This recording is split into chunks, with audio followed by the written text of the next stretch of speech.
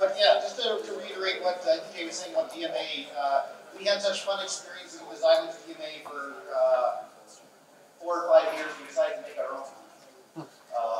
And that's how that came about. But the talk I'll be giving now is optimizing your radio settings for algorithms. So like I've talked about in previous computer radio discussions, the challenge that a lot of people have is going from devices or chips that the various chip manufacturers make to end products. And there's a lot of gap in between there. And when a variety of companies talk about how to solve that challenge of this gap, MathWorks, when they talk about things, they talk about going from simulation to prototyping to production. Analog devices, we usually talk about going from research to evaluation to design to production, very hardware-centric view of the world. And when we go around and talk to radio manufacturers or even algorithm design companies, it's more of a research, algorithm development, design elaboration, where they take that algorithm, maybe try to turn it into fixed point, see how that works on their embedded device, and then finally release that into production. And one of the things, like I was talking about earlier this morning, there are different teams, different needs, different hardware, and going from one of these steps to the next can be a challenge for people. So it's really figure out this signal processing piece, and then get this signal processing piece embedded. How do all the different groups talk to each other? How do all the different groups ensure that they will have the concepts that they need and the optimizations they have when they make these steps? So it's kind of difficult to talk about this in the abstract. So we'll use actually a very rudimentary, but actually fairly popular signal that's out there today called the ADSB. So ADSB is basically a replacement for active radar. So the way radar works is it sends a signal from the antenna. The antenna, that signal bounces back from the aircraft, and we can tell where the aircraft is. As those big antennas sweep around, we get about 1 every 8 seconds update, because that's how long it takes it to spin around. So therefore, we can only space airplanes out certain distances because we only know where they are once every 8 seconds. So what everybody decided to do, early 2000s was, hey, we have this great GPS thing. The planes can all get GPS. So why don't we just have the planes broadcast to us their GPS location? So once a second, the planes actually broadcast their GPS location. And that's what this ADSB splitter is. So there are exceptions for things. So in 2010, the FAA said every airframe has to have an ADSB out on it. There are exceptions for that. Things that don't have batteries don't need to have ADSB out on them. And one of the reasons we found that out was one of the ADI guys who lives in Colorado. He lives near one of the Air Force training centers, and he saw a tow plane of a glider, and he's like, oh, gotta stop the car, gotta pull up my radio, see what ADSB, see if there's ADSB out on the glider and the airplane. And it's only on the airplane because the glider doesn't have a battery. Why would you, if something is gliding and you want to have the best weight to flight ratio, you don't take giant batteries and put them inside. So you can actually see in this little green line in the middle, the tow plane circling around in its protected airspace, because things that don't have ADSB can't fly within 30 nautical miles of a Class B airport. But this is a worldwide phenomenon. So this, a lot of people actually will take their SDRs and a Raspberry Pi, like an RTL SDR, Raspberry Pi, there's lots of software, and they'll actually report to various websites where airplanes they see are. So Flight Aware is one, Flight Radar 24 is another, and Open Sky is another one. Open Sky is an open research, actually created by 3 universities in Europe. And so Open Sky, they have all their data. Anybody who wants it can have a look. And I call this the nerd density chart. So there are a lot more airplanes flying around. And if you live in a place that doesn't have dots over it, you can take your RTL that some of you got in your bags this morning, plug it into a Raspberry Pi, and you can actually start just transmitting the planes that you receive to to these guys. And the antenna that everybody got as part of their badge actually works as an ADSB antenna. So why are people doing this? It is improved safety. They can reduce the amount of distance between aircrafts. They more efficiency for users. The big thing is radar stations cost a lot of money. ADSB costs a lot less money. And so the FAA believes that between their savings and public's air savings, because things can fly closer together, have more closer routes, the US alone will save about $6 billion in the next 15 years. Yeah. But the impact to end users is that the airplanes are going to be closer together. I'm not sure if that's a super awesome thing or not a good thing. But the rule of thumb today is that planes have to be separated between 30 to 80 miles, and now they're going to 15 miles. So you're basically going from a collision of every 10 minutes, which is that once every 8 seconds kind of thing, to once every 2 minutes. There's lots of open source ADSB code. Actually, started 2010 by Blunt.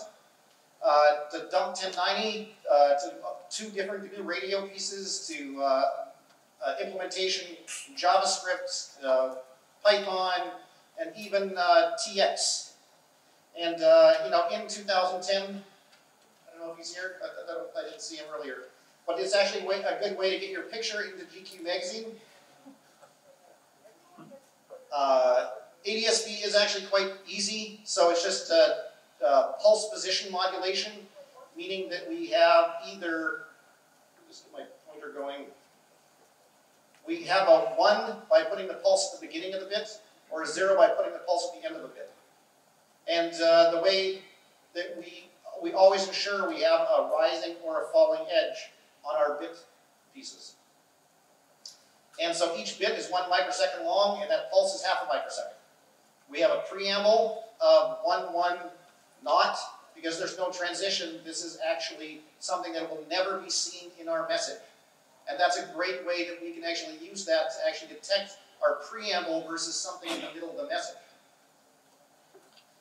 And then we have basically 56 bits and 112 bits for long and short messages.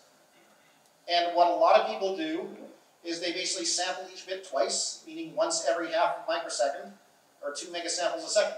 And 2 megasamples is super easy for RTL to do. So a lot of this development was done on RTL, Raspberry Pis, x86 was done. So when we want to tune our radio for ADSB, now that we're all ADSB experts, we have to decide what kind of receiver quality metrics we need to look at. So that could be the number of good packets received, or the number of bit errors, or CRC errors, or distance to the airplane. And when we talk about the number of good packets received, or bit errors, or CRC errors from an analog hardware RF physical layer guy, those are all super terrible metrics. Because you don't know how many airplanes, or you don't know how many messages you've actually missed. If you don't detect the preamble, or if you get a CRC error, you throw the message away, and you say, okay, well, I got these many messages, but how many preambles did you miss? How many airplanes didn't you see? And he's like, I don't know, but I got some airplanes, so it must be good. And in the RTL community, that's what a lot of these guys are at. Because as we'll talk about, there's few people kind of looking at this from a real signal processing kind of standpoint. So one of the other metrics a lot of people use is distance to the airplane. And we'll talk about that in a second. So you can actually online say, hey, I am at this specific latitude and longitude, and if an airplane is 10,000 feet in the air, this is where I should be able to see it. And if it's 30,000 or 35,000 feet in the air, this is where I should see it. And that's based on your location and the hills and obstructions in the way between you and the various airplanes. But this is also kind of meaningless because not every airplane will fly in those things. Airplanes have flights, they shuffle around. But where I live outside of Boston, there's lots of airplanes, I should see lots. With a message length of 112 microseconds per message, in theory that allows up to almost 9,000 messages per second maximum. And aircraft can usually broadcast out more than once a second because they broadcast out different information. So they have, like, location is a data type. Velocity and vector is a data type. My toilet is clogged is a data type. So all of these different things are different messages. So airplanes will broadcast out anywhere between 5 and 10 messages a second from the same aircraft. And when I look at the theoretical piece between what I actually get in my piece before I did any modifications, you can see it's much, much smaller. And if you look at it, so, you know, there's various aircraft flying around. This is the distance, the maximum distance it's seen at that angle. You know, it's still 125 kilometers away, but it varies day to day. And the reason it varies day to day is actually the weather. And it's not because at 1.09 gigahertz changes with temperature. It's because when the winds blow the wrong way, the FAA tells the airplanes to fly in different directions so they can land on the other runway. So you just don't see airplanes because they're flying differently all the time. The other issue that I have is I have lots of trees around my house. So even though my antenna is like up in the roof, it's still not as tall as the trees are, and my wife doesn't want me to climb the trees just to hang antennas. So, but it is possible to get. So this is a person from Europe. They had 1,200 messages a second from 133 different aircraft, and this is decoded just on a standard receiver, RTL, SDR, these kinds of things. So it's totally possible to do these kinds of things.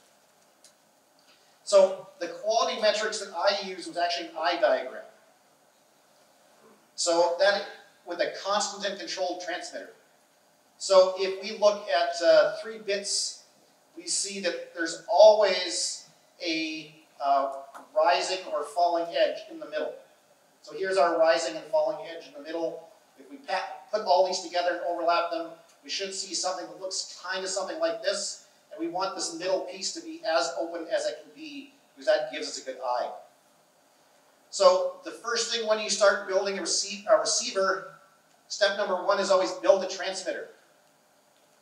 So that you can test your receiver, and you will learn a lot about the signal by actually building a transmitter. And you know, transmitters are actually much easier than receivers. So you know, to build a bit stream or build a bunch of samples, we take our preamble, we add 96 random bits, and add the parity so the receivers actually work.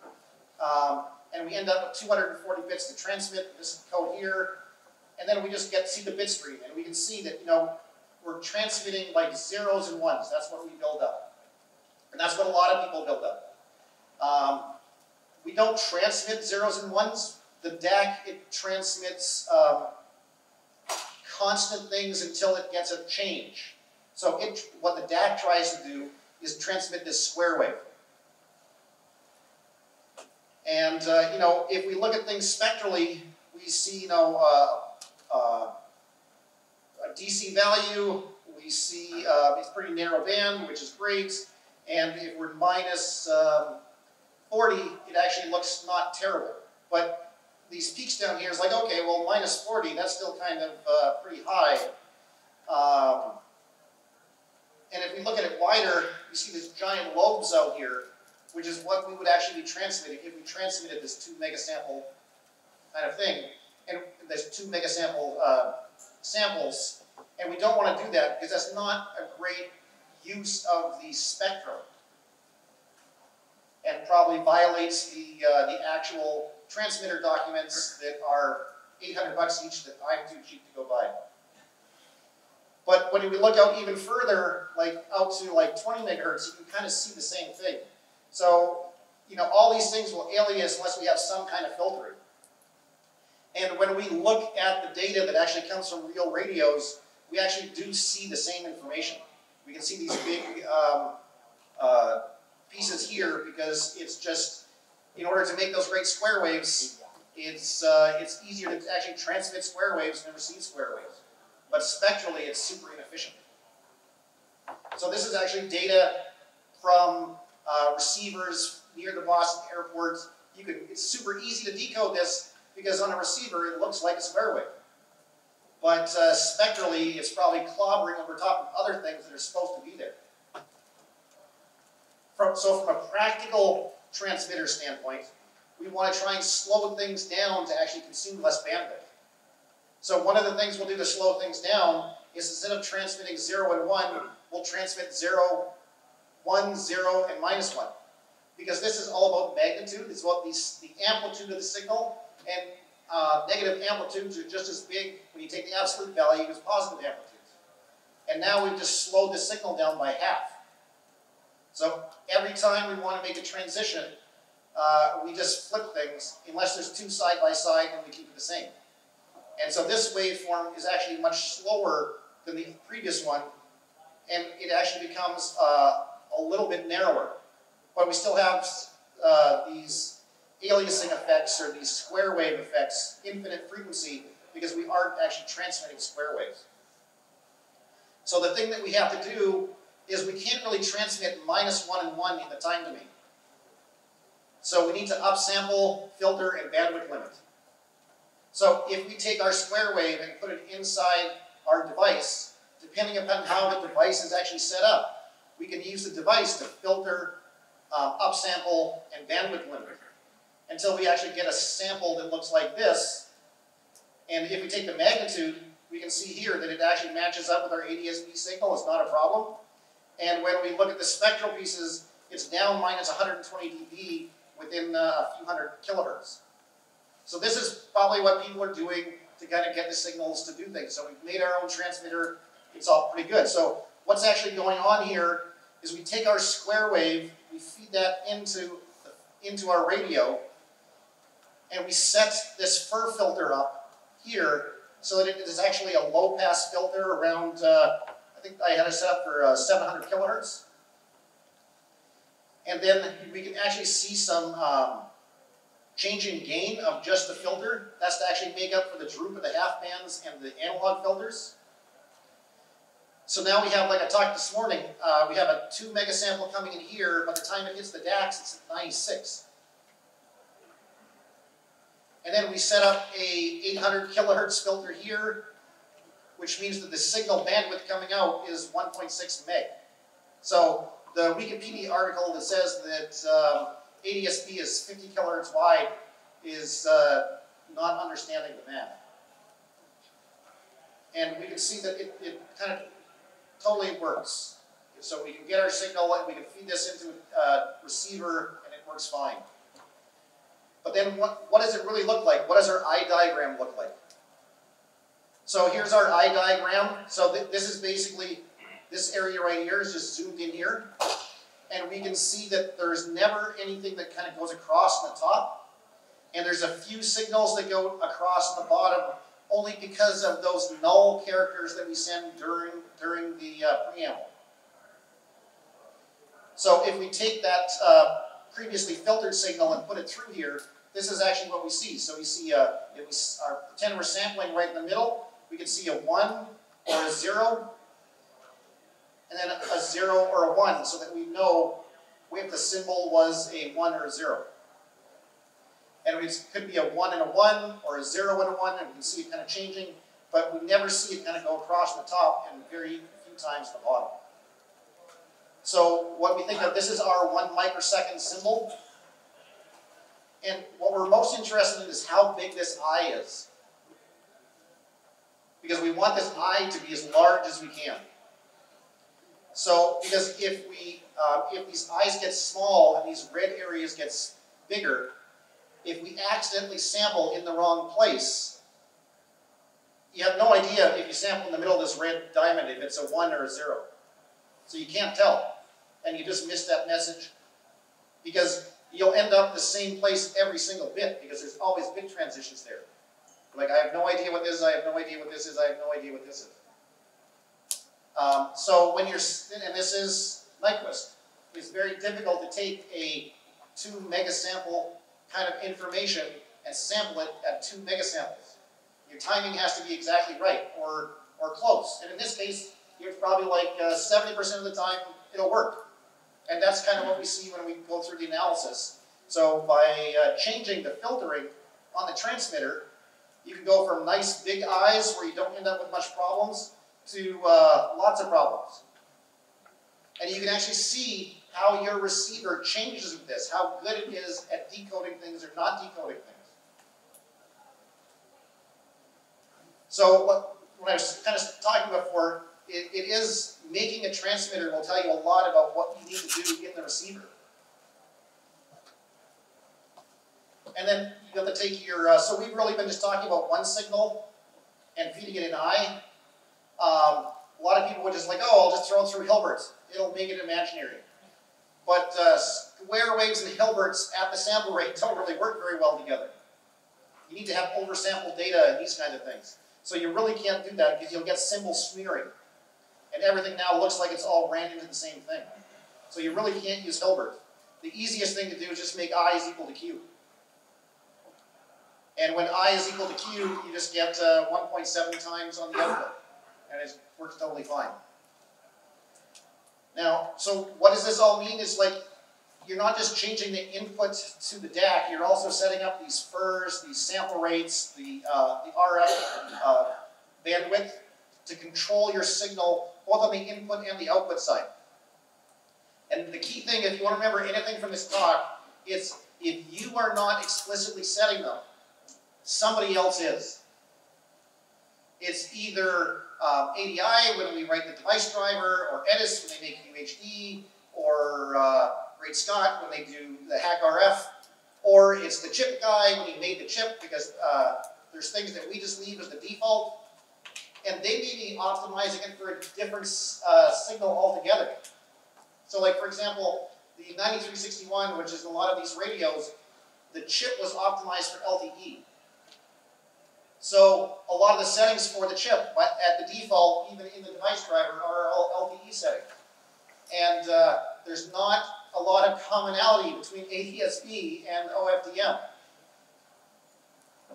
So you want to try and make sure you do have controls of these kinds of things so you can optimize your system for your application.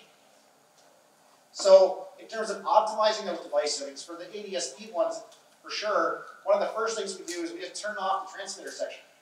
So that actually reduces some noise in the part and makes the receiver a little bit better. So gain settings. So on the receiver, there's manual, automatic, managing this dynamic range. So all these are great, but you can think we're trying to do pulse amplitude or pulse position modulation, and changing the amplitude anywhere in the middle of our message is going to cause a problem. So we basically have 5 microseconds detecting these 4 bits here to lock this gain, and then the rest of it has to be like constant. Or we're probably going to get a bit error somewhere.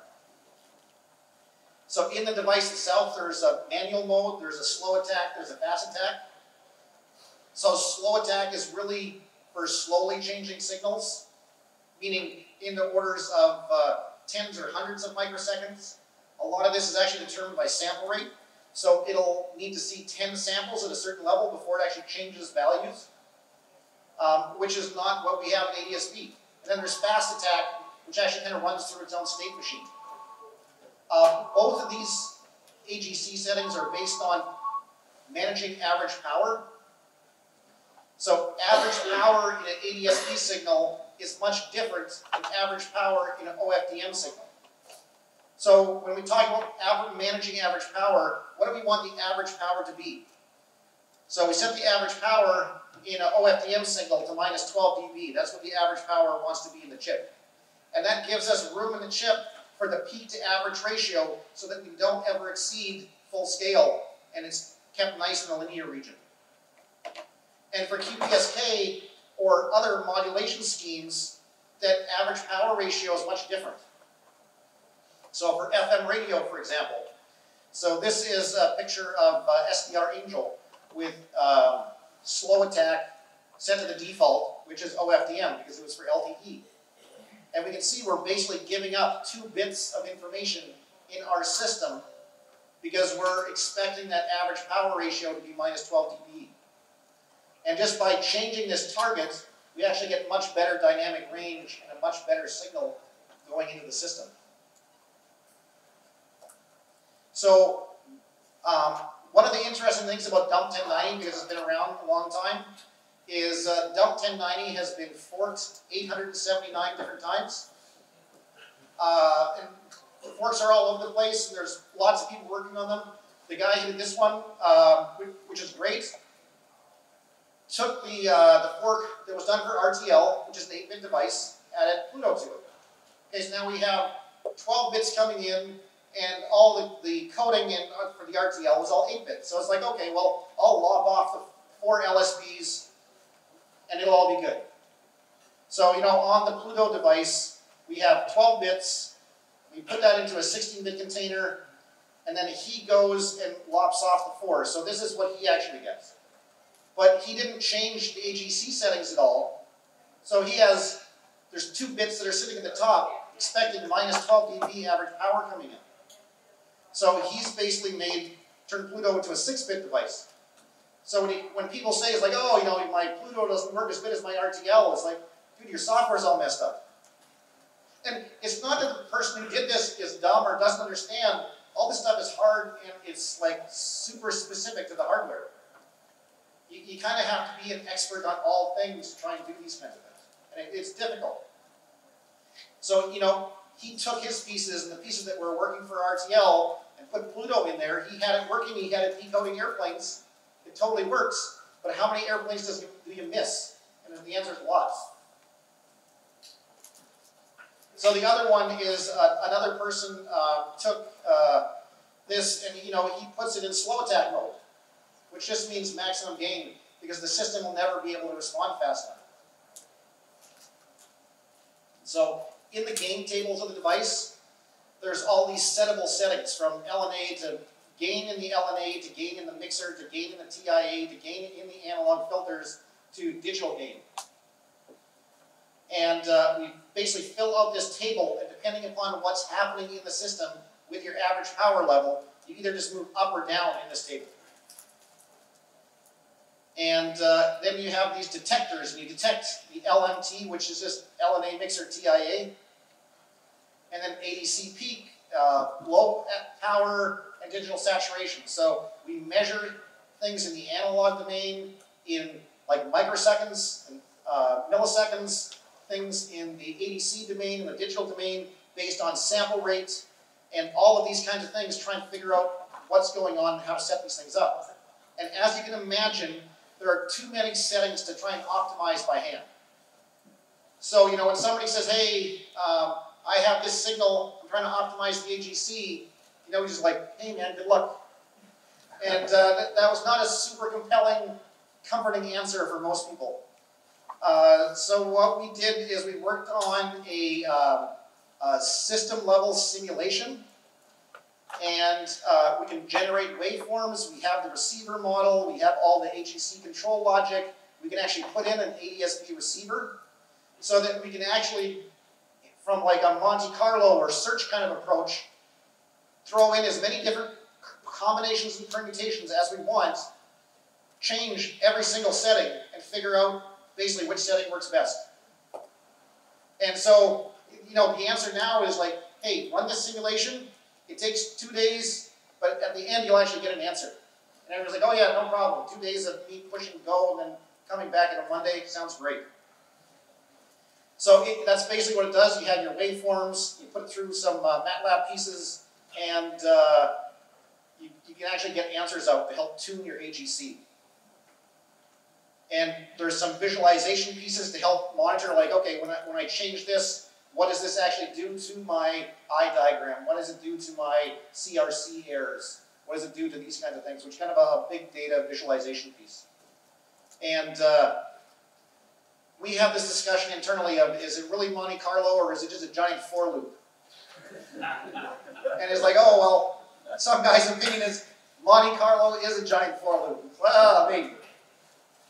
But and then you can take your results from your simulation and put them right into the device and get some actually settings, these kinds of things. So your receiver AGC can actually be optimized by that. And then you have the FIR filters, the analog filters, these kinds of things, which doesn't need to be the same as the TX. It's totally independent.